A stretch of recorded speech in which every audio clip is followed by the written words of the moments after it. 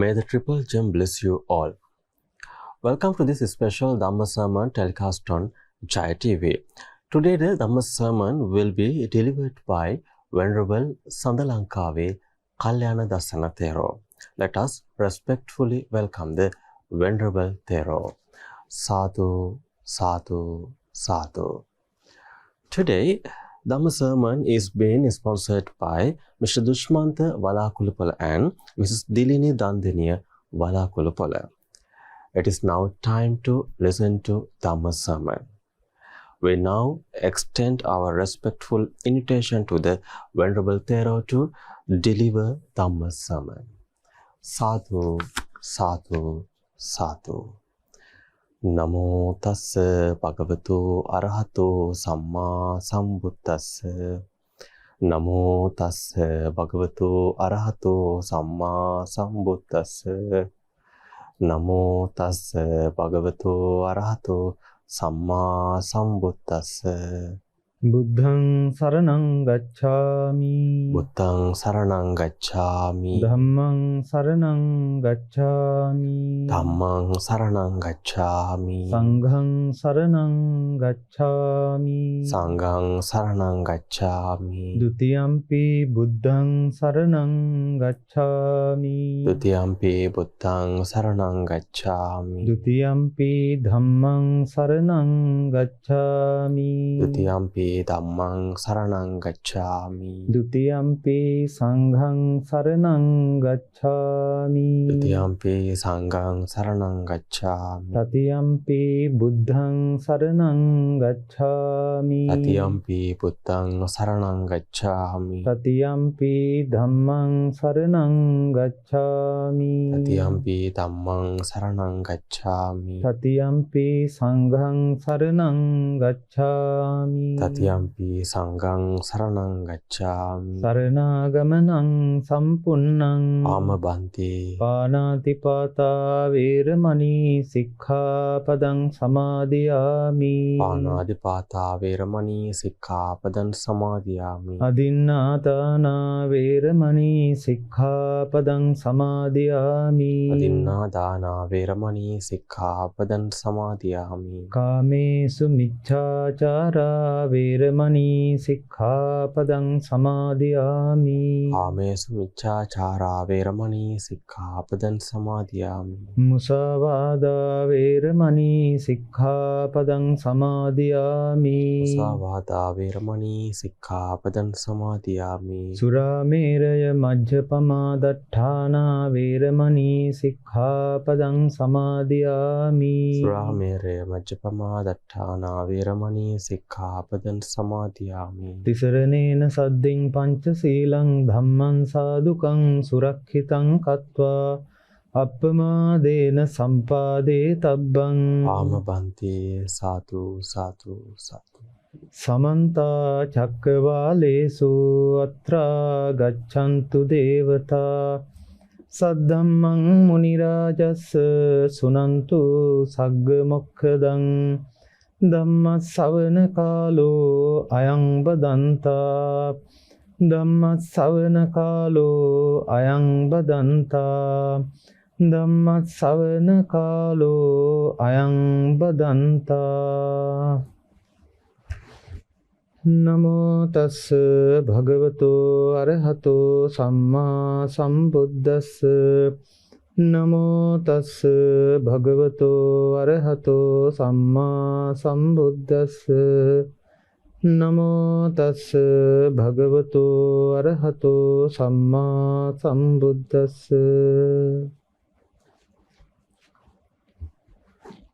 Homage to the Blessed One, the Worthy One, the Supremely Enlightened One. With respect to the Most Venerable Mahasangha, dear devotees and Dhamma friends, welcome to a Dhamma discussion or Dhamma sermon related to the doctrine of Lord Gautama Buddha. Dear devotees, first of all, we should know why we should listen to Dhamma, why we should learn Dhamma. Lord Buddha has told us, now there are 5 benefits of listening to Dhamma. Assutan sunati, sutam pariyodapeti, kankang vitarati, ditting ujung karoti, chitta massa pasidati. Why we should learn the Dhamma? Because the Dhamma gives us the new facts and new Dhamma points, that is what we call Assutan Sunati, which have not heard yet. Now you can hear new facts, new information by listening to Dhamma. And the second one is Sutam Pariyodapeti. Why we should learn the Dhamma? You might have learned Dhamma already, so already listened or already learned Dhamma can be clarified, could be clarified by listening to Dhamma again and again. So that is another benefit.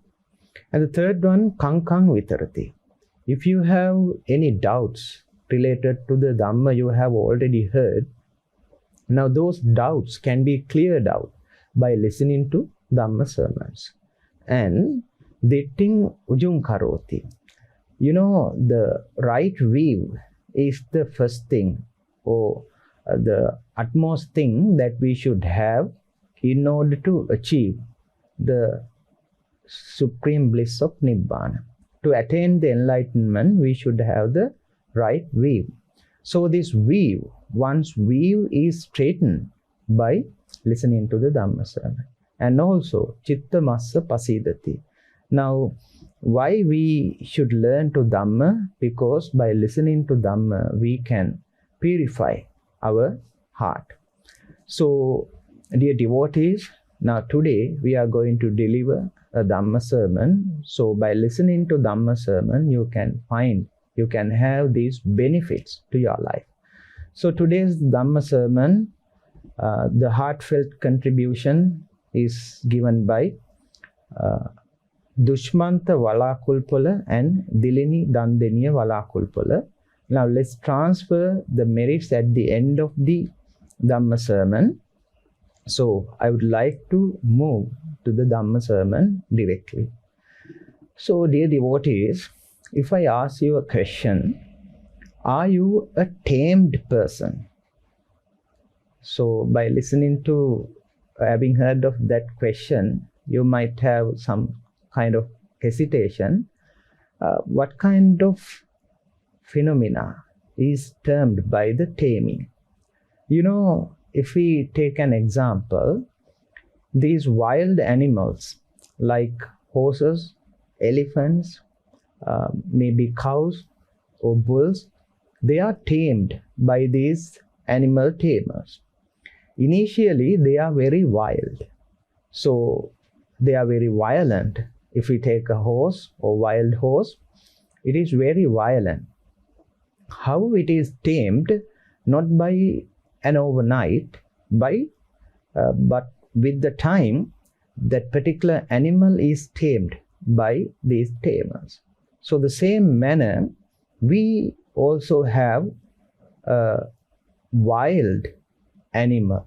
Like a wild animal, we have something in us. What is that? Our own mind.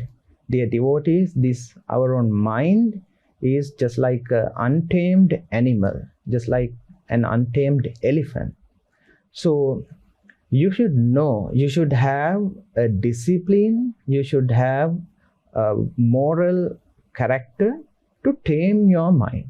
So, you know, untamed animals, they are very violent, so they are harmful to the others, and as well as they are dangerous to them as well. So themselves as well.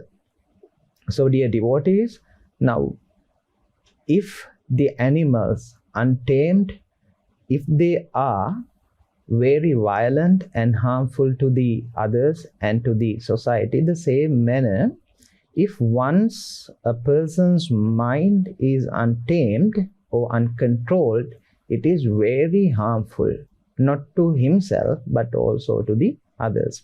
So, dear devotees, now today's Dhamma sermon, we are going to discuss how to tame our mind.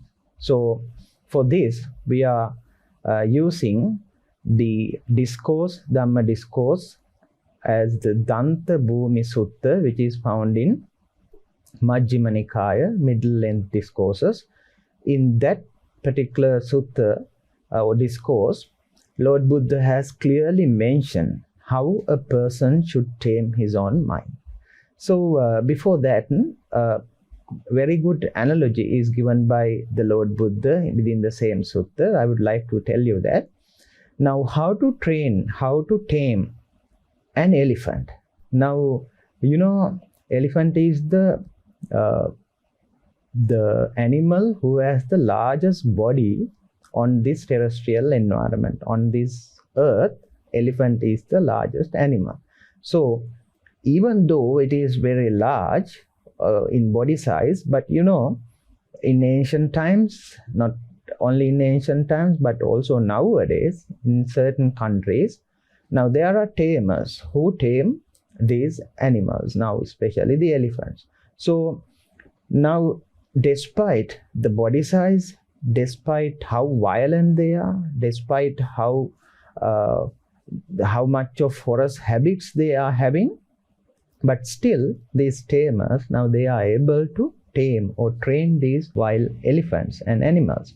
So the same manner we are going to tame our minds. Dear devotees, now in the order of taming a wild elephant, now the first step is, now this wild elephant should be brought out from the jungle or the forest. So to do that in the ancient times, especially these kings, now they have done a special technique.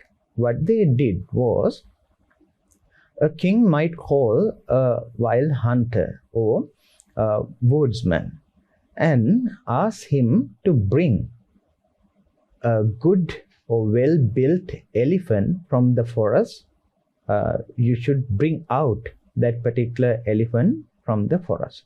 So now what this woodsman or wild hunter does is, he carries the royal elephant, which is already tamed, or well-trained animals or well-trained elephant is carried by this woodsman, and he goes to the forest with that well-trained royal elephant.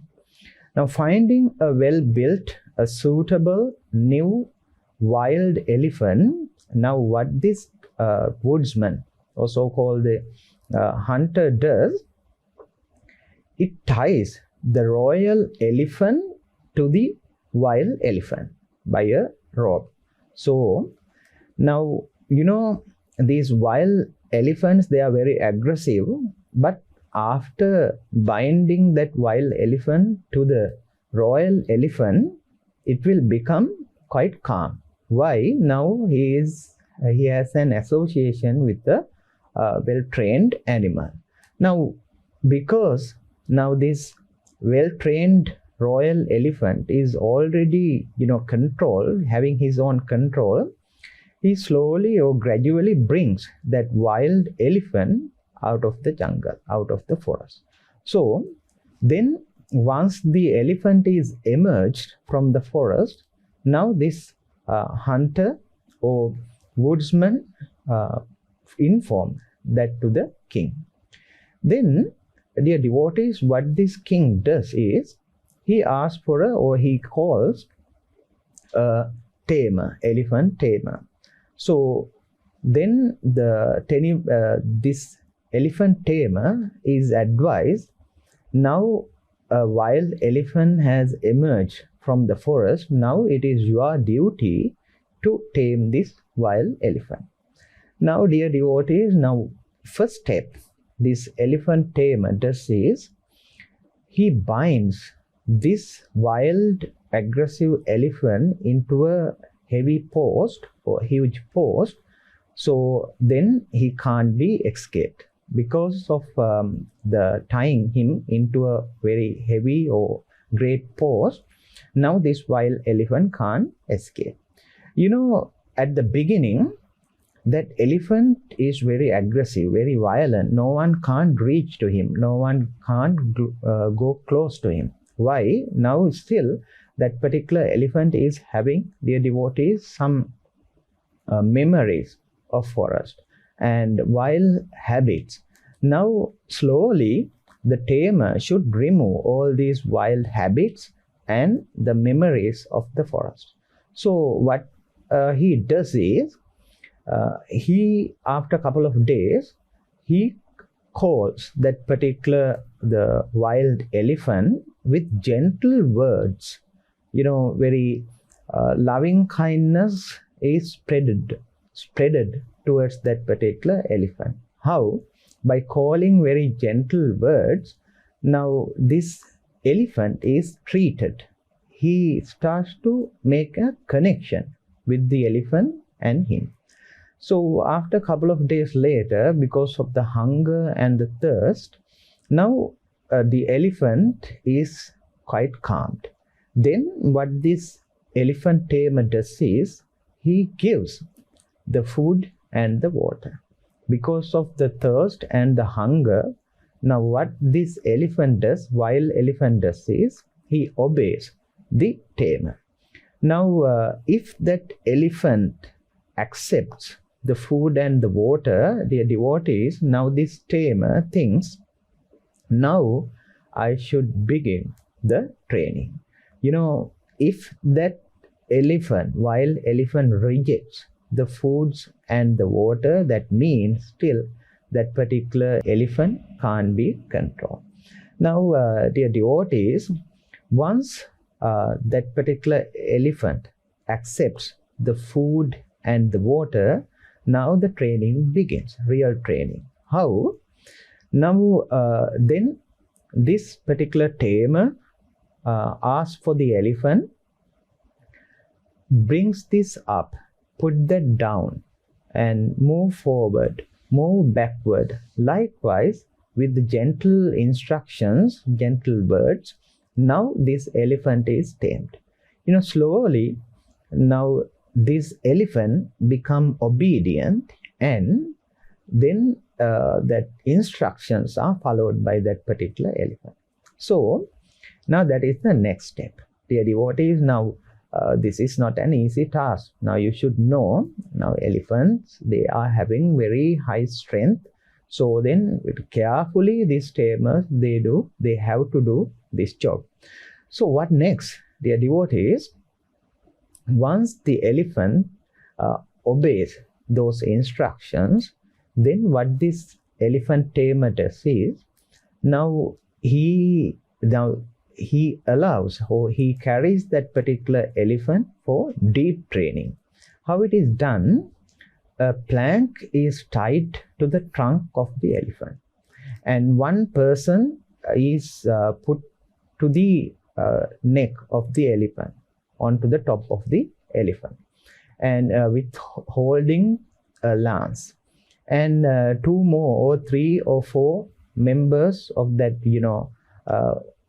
that tamer or taming process, they should hold these lances.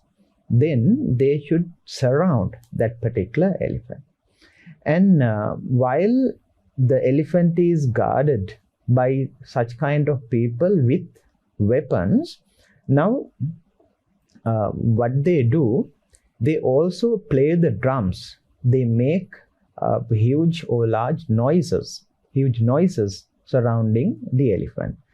If that particular elephant is unmoved, still steadfast, unshaken, that means the elephant is imperturbable. So in that point, dear devotees, now that is the culmination. Even that particular elephant is surrounded by the men with swords or lances and different weapons. Even the huge sounds, noises don't disturb him. That particular elephant is unshaken, unmoving. That means it is imperturbable. So now this elephant is ready for royal service.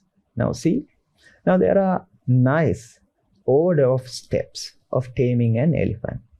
It is not an easy task. What do you think? How long will it take to tame an elephant? Maybe 1 year, maybe 2 years, or maybe a couple of years. Actually, dear devotees, the time is not the matter. So the training, how persistently, how it develops the discipline. So well-disciplined, well-mannered, tamed elephant can use for royal service. So this is the way now precisely Lord Buddha has described in that particular Dantabhumi Sutta, the discourse, in the middle length discourses, how a wild elephant is tamed.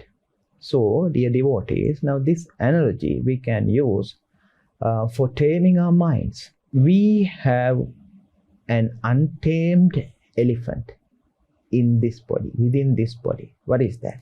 That is our mind. So, unless it is tamed, it is very harmful. Nowadays, now it has begun a warfare. So why that warfare has begun? That is because of untamed minds. Now these rulers or these ruling parties, now they have untamed mind. They don't think about the consequences. They spread the violence. Why? Because they don't have that such kind of control in them. They don't think about the harm or that the disadvantages on the people when they start a warfare. So country-wise, now they should have some kind of sovereignty and protection, but we can see clearly this is unnecessary warfare has begun. So always peace should be maintained. So this hatred can't be suppressed or seized by the hatred. Nahi verena verani. So that is what Lord Buddha has told us. So dear devotees, now this controlled mind is the only thing which favors or saves the world. So to serve the world, we should have a processed and well-controlled mind. Unless it is very harmful to the world or the society, not only that, but also for that particular person or for ourselves also, it is very harmful. So, we have default versions of our minds. What is your default version? Are you a person full of hatred, full of anger? Are you a person full of lustful sense desires or lustful defilements? Are you a person with ignorance? Is that your default version of your mind? So dear devotees, now when there are defilements, now mind is distracted. So whether the goal may be a mundane or supramundane, if you can't control your defilements which obstruct your path, then you can't achieve those goals. So how to tame our mind? The same manner the Lord Buddha has told us precisely how to tame a wild elephant. The same manner we can tame our minds as well. So first thing, you should listen to the Dhamma. By listening to the Dhamma, you can develop a faith on the triple gem, on the Lord Buddha, Supreme Dhamma and Supreme Sangha. So once developed the faith, then that particular devotee or that particular practitioner starts his spiritual practice. First, he should become a virtuous. Now, in our case, dear devotees, bhikkhus, especially the Buddhist monks, now they should renounce from their household life. Whenever they give up their household life and gone forth to have the ordination as a bhikkhu, that is exactly like that while elephant has emerged from the forest. You know, we know that there are complaints from the lay people that it is very difficult to practice our spiritual life as lay persons. Why? Because now this lay life or household life, we have to fulfill some duties and responsibilities. In that case, you have to work hard on that. But dear devotees, the point is, if you are full of defilements, if you are not having a tamed mind, even though you are a lay person, it is very difficult to achieve your goals. Why? You are always distracted from your goals because of the defilement. So if you are chasing on the lustful thoughts or lustful desires, then you are set back. So dear devotees, what you have to do, it is very worthwhile to control your mind so that you can easily go along your path, whether that may be a mundane or a supramundane path, but it is a must to carry out the development of discipline in you. So once the person got the ordination, or once that particular devotee or seeker got the ordination, exactly like the wild elephant has emerged from the forest, now it is further tamed by the Lord Buddha. Don't worry, you don't have to become a monk to practice this path. You know, in our Gautama Buddha's dispensation, we have 4 assemblies. Bhikkhu, Bhikkhuni, Upasaka, Upasika. Not only for the monks, for all these 4 assemblies, the same doctrine can be followed. Even in your household life environment as well, you can practice the Dhamma up to a certain extent. So no need to worry that you can attain the enlightenment as a layperson. So once this bhikkhu has got the ordination, or compared to you, once you start the development of faith on the triple gem, then what you have to do, you should be virtuous. So anumattesu vajjesu bayadassavi samayadaya sikkassu sikkapadesu. Now that is how Lord Buddha has advised us. Now we should know, we should think about the small faults, even the small faults. You know, when there is a small crack on a dam, what will happen? Eventually, it will lead to break the dam. So the same manner, you should reflect what are the faults, even the small faults you have. They might be very negligible, but in the long run, they might be harmful. So if you follow the 5 precepts, now at the beginning of the Dhamma sermon, we have given you the 5 precepts. Now think about, reflect on your sila, your virtue or morality. Now if you kill the living beings, if you are a person who kills the living beings, maybe a mosquito even, so that is bad.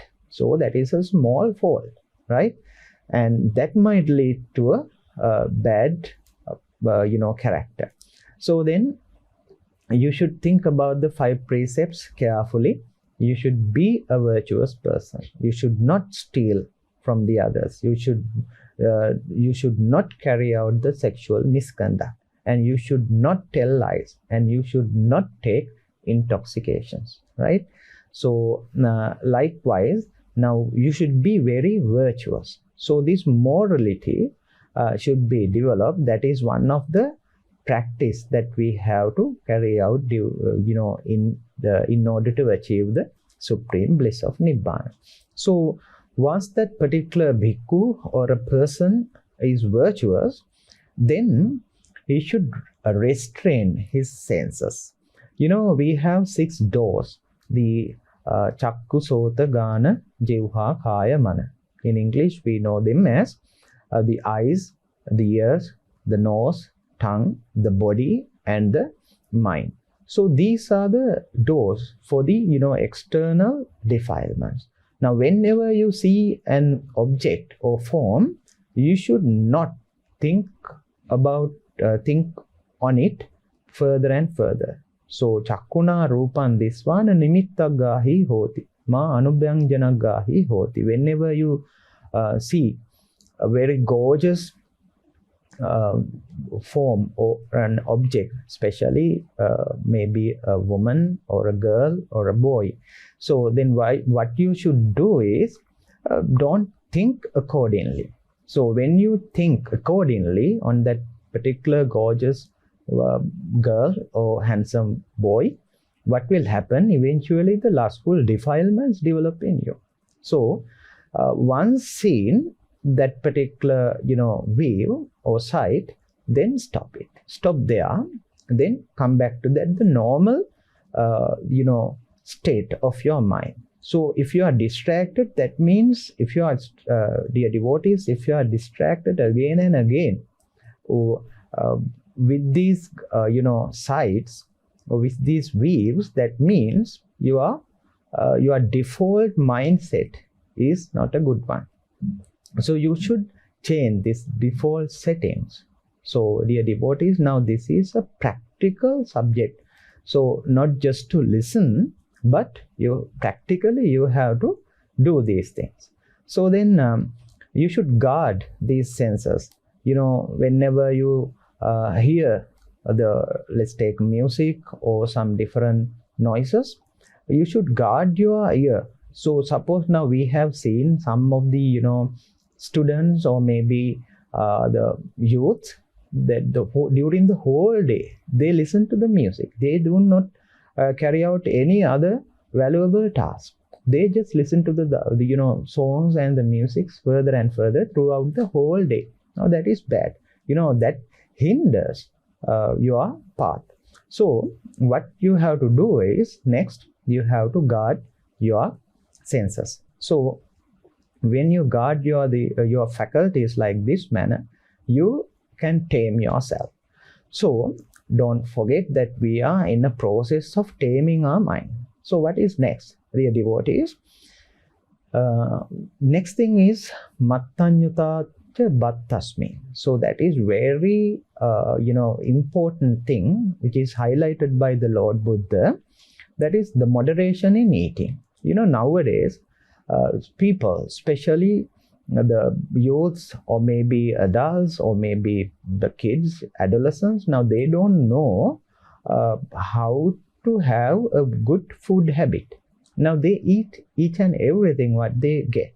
So in order to maintain a good health and as well as good physical health and as well as good mental health, you should have good eating habits.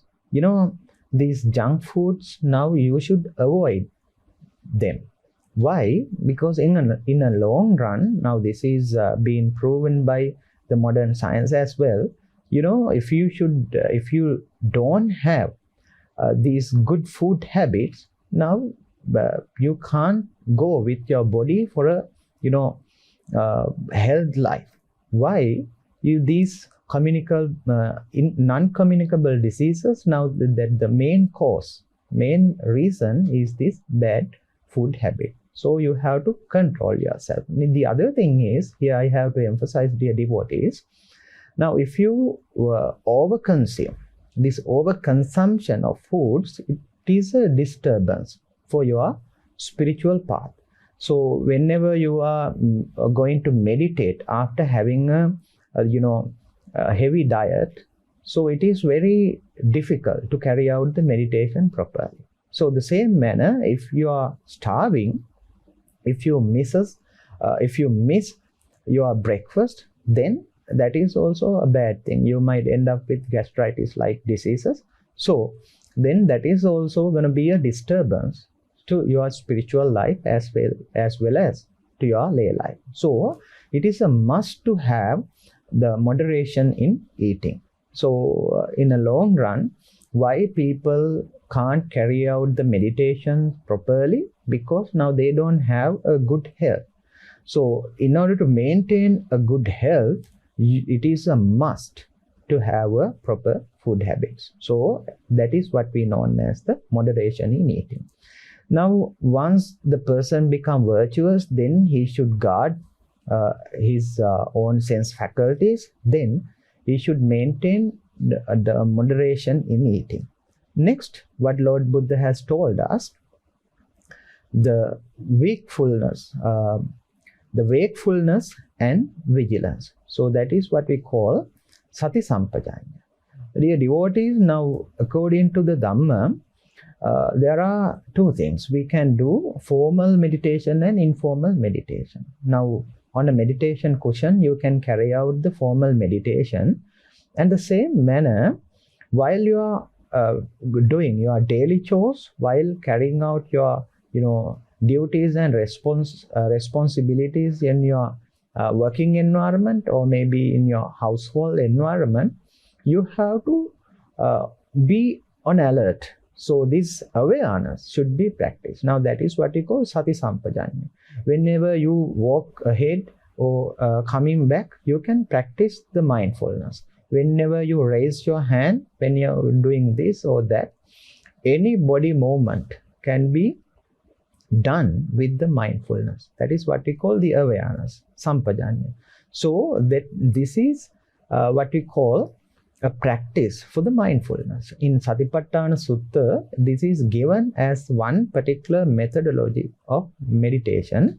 So to contemplate of your contemplation on your own body as you carry out the body movements on the postures, now that is what we call sati sampajanya, that increase your self-awareness. So the thing is that the benefit there is whenever you are aware on your body movements, there is no chance for these unwanted defilements, lustful desires and hatred like feelings to control you. They don't invade your mind because you are engaged. So this is what we are practicing as sampajanya. So then what next? So this is exactly like the taming a wild elephant. That is not a very easy task. That is very difficult. Now, slowly, gradually, this tamer is taming that particular wild elephant. He helps that particular wild elephants to remove all those forest, memories and habit. So the same manner, as you follow up these, as you carry out these practices, you will realize now there is a development in me. So, what next, dear devotees? Next, you should develop the mindfulness. So, it is better if you can find a secluded place, or this solitude leads this stillness. So, in household environments, you might have difficulties in finding such kind of, solitude or secluded places. But early in the morning or before you are going to bed, you can practice this meditation. So that is, you can find calm and quiet places. Anyway, so then once found a calm and quiet place, you can start the, development of mindfulness or establishment of mindfulness by letting go the hindrances. Kama, chanda, vyapada, tina, midda, uddacha, kukkucha, vichikiccha. Now these are the what you call the hindrances. So Niwena, they obstruct your spiritual path. Now, in order to abandon these Niwena or these hindrances, you should practice the mindfulness. You should establish the mindfulness. Now, mindfulness is in 4 ways. Lord Buddha has precisely described that those are in Satipatthana Sutta as Kayanupassana, the development of the establishment of mindfulness on body, Vedananupassana, the establishment of mindfulness on the feeling, and Chittanupassana, the development of mindfulness of mind, then Dhammanupassana, the development of mindfulness of mind objects or mental object. So dear devotees, now this is the place we should dwell. What? The mindfulness. Now that is the thing we should develop ultimately. Now in that way you can live in present. Normally what we are used to do, we go for the future, or sometimes we have some, we reminisce in the past. So this reminiscence, or maybe you are developing some kind of, nightmares, or you are dreaming on the future. So that is not should be done. So you should be present in the moment. That means now while you are practicing a meditation practice, any kind of meditation practice, what you are practicing is you practice to stay on the present moment. So that is what we call the mindfulness. So there are no worries. Now there are no pains and griefs. Why? Whenever there is a pain, that becomes a meditation object. That is what we call the Vedanānupassana. So then hindrances, especially these hindrances are the things obstruct our path. So dear devotees, now these lustful desires, so-called the kama chanda, if you are chasing on these lustful desires, then it will obstruct your goal. If it will obstruct your path, whether that may be mundane or supramundane. So you should control it. You should suppress it. And the same manner, if you are a person full of anger, you can't carry out your normal day-to-day activities properly. You will become a bad person among the others. So they will stop associating you. So in order to maintain a proper social life, you should suppress this anger as well. So then if you are a lazy person having very different weaknesses, the sloth and torpor, that is another thing you should overcome. And to subdue this uddacha kukkucha, this is what we call the restlessness and remorse. So if your mind is distracted, if it toggles from one particular object to the another very quickly, so you should control it. So you can't focus. Now if you are a student, if your mind is toggled from one object to another, you can't focus, you can't pay attention on your studies. If you are a business person, or maybe you are a housewife, or for any kind of, despite the profession, despite your lifestyle, now these hindrances should be suppressed. Now that is a must. So dear devotees, finally the doubts. Now you can clear out the doubts by listening to the Dhamma. So in this way, by establishing the mindfulness, just like that wild elephant is hold onto the heavy post, now establishment of mindfulness is the thing you should practice, so that you are hold to the spiritual path, you are hold to the particular goal. So then dear devotees, now for instance, now let's take the breathing meditation, ānāpānasati. Now this ānāpānasati meditation, breathing is the post, and the mindfulness is the rope, and mind is the wild elephant. So now you should tie that wild elephant, which is your mind, using the rope of mindfulness to the post of breathing. So that is the way we should develop. So then finally, as the wild elephant is carried to the deeper training, ultimately it will become imperturbable. The same manner, a practitioner, a seeker, should become imperturbable.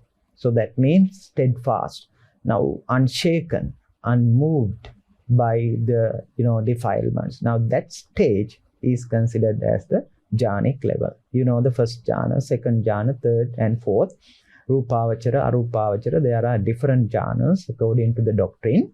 So you don't have to become a monk to practice all these things. Now, if you can develop somehow, suppose that you have developed the first jhana, that means a very high achievement in your life, not for the spiritual life, but for the lay life as well. So that is the supreme serene stage what you can reach in your life, within your present life. So then ultimately, just like the elephant is ready for the royal service, once you develop the jhanic level, you can inculcate, you can develop your wisdom further and further, so you will be able to develop the three knowledges. What? Recollection of the former habitations, Pubbe Nivasanussati jnana, and the divine eye, the Chutupapata jnana, and the last one, destruction of the cankers. Dear devotees, destruction of the cankers means the Asavakkaya jnana. That means the eradication of all the defilements. So that is the sainthood or arahanthood, arahantship. So now this is the way. Now see, now there is a clear order in the practice. First you have to be virtuous, then you should be vigilant, then you should guard your senses, then you should have the moderation in your eating. So then you should start the deeper practice, like the mind development of or establishment of mindfulness, and further you can develop the jhanic level. So, once a person or once an animal, wild animal is died, normally people call that is an untamed elephant who died. So when a royal elephant dies, when a royal elephant dies, people say that now this is a well-trained, well-tamed royal elephant died. So what about you, dear devotees? Now we should die as tamed person, because now we know nowadays now there are people who die in young age, or maybe in middle ages, or maybe in the adults. So if they are untamed, if they don't have the control in their mind, people say after their death, after their demise, now this is not a tamed person, this is not well-mannered person. So but in the same way, if a well-mannered, well-tamed, well-controlled person dies, then people say now is a well-behaved, well-mannered person. It is a loss to have that particular person die. So in this manner, dear devotees, now what about us? We should die as a tamed person. So in today's Dhamma statement, we have elaborated with you according to the Danta Bhumi Sutta, how our mind should be tamed, just like a wild elephant is tamed for the royal service. The same manner, ultimately, we should achieve the supreme bliss of Nibbana by attaining the Arahanthood. So there is a process, gradual process, step by step, we have to develop.